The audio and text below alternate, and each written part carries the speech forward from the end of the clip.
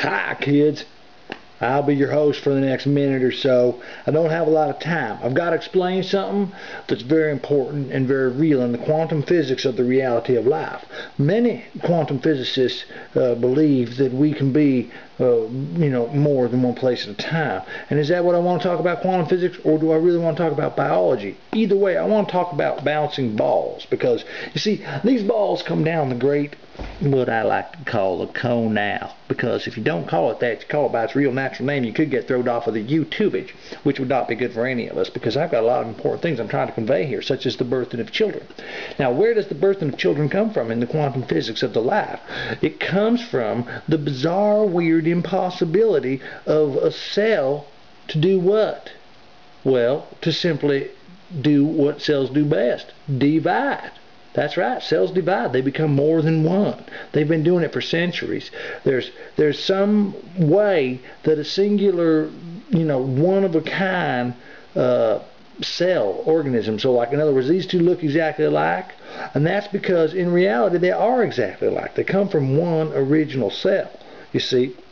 And cellular biology is very complicated and hard to explain, especially about the birthing of things that come boom, bang, coming down this canal. You see, boom! It's like a crazy meteorite from space that carries all the power of the potential of human life, but it only carries half of all that power, even though it's banging, boom, bang, bing, boom. And there's this other thing, bing, diddly, doo, doo, diddly, doo, doo, diddly, doo, doo, diddly. Well, these are all them, and they're all interested in this. See, it's all they care about.